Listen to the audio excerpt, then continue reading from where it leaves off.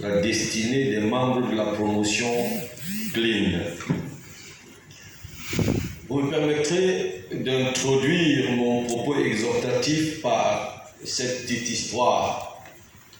Il y a environ une année et demie, j'étais en déplacement, j'étais en voyage et nous étions presque à Yaoundé pour le retour lorsque le conducteur du véhicule qui nous transportait s'est retourné vers le passager qui était à sa droite et lui a demandé est-ce que vous connaissez le monsieur qui est assis derrière vous? Effectivement, il s'agissait de moi.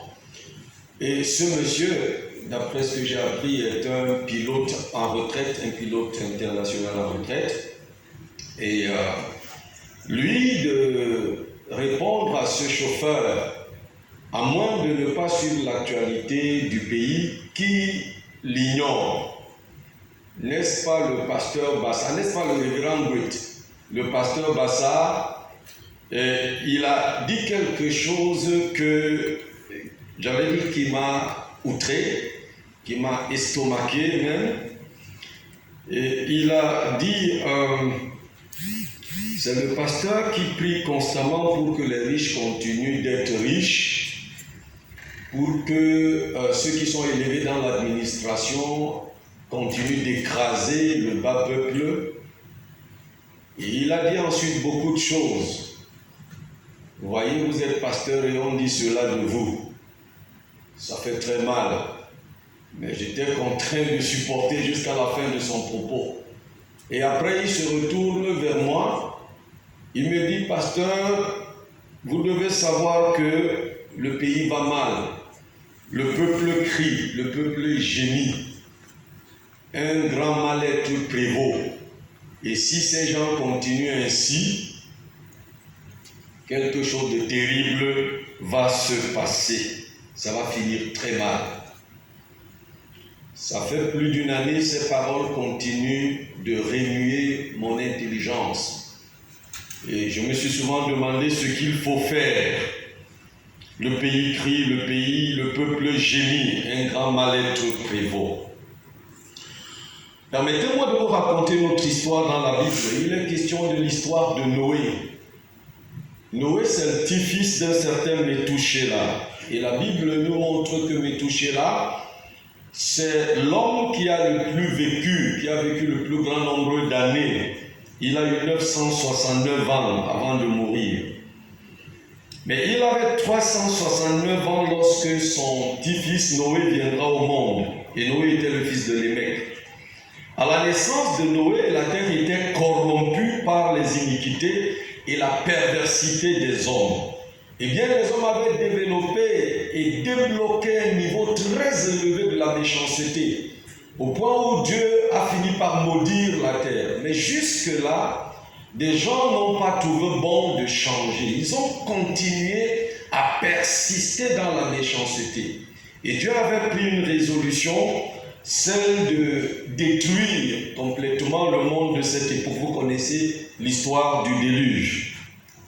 Alors c'est à cette époque cruciale donc que naquit Noé. Au jour de sa naissance, Lémec, son père, lui donna le nom de Noé en déclarant « Cet enfant est né pour nous consoler de nos fatigues et du travail pénible de nos mains, provenant de cette terre que Dieu a maudite. » Je vais reprendre cela, c'est dans Genèse chapitre 5, verset 29, pardon. « Cet enfant est né pour nous consoler de nos fatigues et du travail pénible de nos mains, provenant de cette terre que Dieu a maudite. » Je m'estime heureux de parler à une promotion très brillante d'après ce que j'ai entendu tout à l'heure, la promotion Clean, parmi laquelle on trouve beaucoup de hauts responsables dans l'administration et dans la société en général.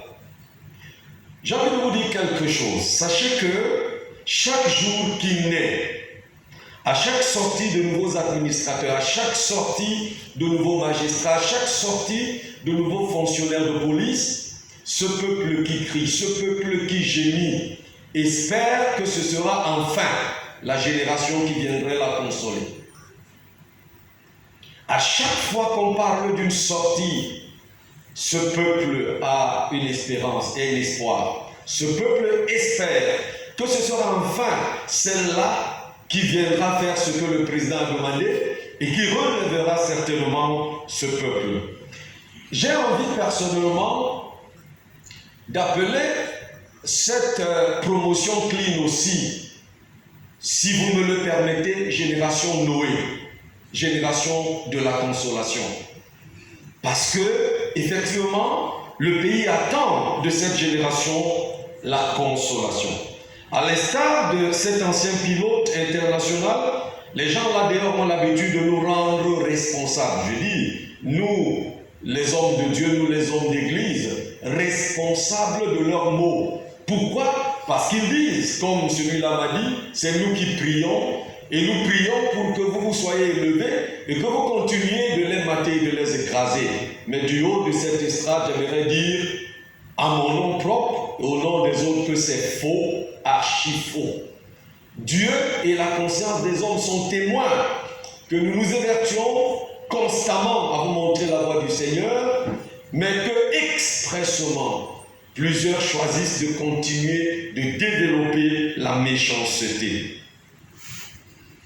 Je vous promets personnellement que je ne suis pas venu ici pour encourager ce qui est mal, mais plutôt pour apporter mon onction sur ceux-là qui veulent apporter le changement, qui veulent consoler le pays, qui veulent consoler. Noé a décidé de faire la différence, je vais chuter par là. La Bible affirme avec évidence dans Genèse chapitre 6, verset 8, que lorsque Dieu prit la décision de détruire la terre par le déluge, Noé trouva grâce aux yeux de l'Éternel. Il trouva grâce aux yeux de l'Éternel. Pourquoi? Le verset suivant répond et dit, Noé était un homme juste et intègre dans son temps. Noé marchait avec Dieu. Mais lorsqu'on l'a lu comme ça, on ne va pas comprendre. Alors je vous explique. Noé, quand il naît et quand il se met à grandir, il ne dira pas, tout le monde a l'habitude de faire comme ça. Pourquoi est-ce que je ferais le contraire? Qui suis-je pour faire le contraire? Mais Noé s'est engagé à faire le contraire. Noé s'est engagé à apporter le changement à partir de lui et par la suite. Je vais vous dire que, je vous l'ai dit tout à l'heure, son grand-père avait 369 ans lorsque Noé naquit. Son grand-père est mort âgé de 969 ans. Et le déluge s'est abattu sur la terre quand Noé avait 600 ans. Si vous additionnez 369 de 600, vous trouvez que ça fait exactement 969. Ça veut dire que le grand-père de Noé est mort dans le déluge. Ça veut dire que le père de Noé est mort dans le déluge. Et Noé, lui, n'est pas mort. Il a été sauvé. Pourquoi? Parce qu'il a décidé de faire la différence. Autour de lui, personne ne voulait changer, mais Noé avait décidé, lui, de changer et d'être un modèle de changement. Vous n'êtes pas obligé d'être comme ce que vous avez trouvé. Vous n'êtes pas obligé de faire comme les autres. Vous pouvez décider d'apporter le changement. Je gémis souvent dans mon esprit lorsque je rencontre certains de mes camarades de classe. À l'époque, tout le monde se plaignait, le pays va mal, les gens gèrent mal, ils font ci, ils font ça. Mais dès qu'ils sont dans les affaires, ils font absolument, voire pire que ceux dont ils se plaignaient avant. Vous n'êtes pas obligé de faire comme les autres. Vous pouvez apporter le changement. C'est possible. Noé s'est fait du renom. Noé s'est battu une personnalité. Noé est devenu une référence parce qu'il avait refusé de faire comme les autres. Son grand-père chéri, son grand-père bien-aimé est mort sous ses yeux. Noé a été sauvé. Vous pouvez, je veux dire, il peut en être de même pour vous. Que le Seigneur bénisse tous ceux qui veulent apporter le changement, tous ceux qui désirent apporter le changement, tous ceux qui, même lorsqu'ils subiraient le rejet, veulent voir le Cameroun, notre cher pays, avancer. Que le Seigneur vous bénisse. La voix du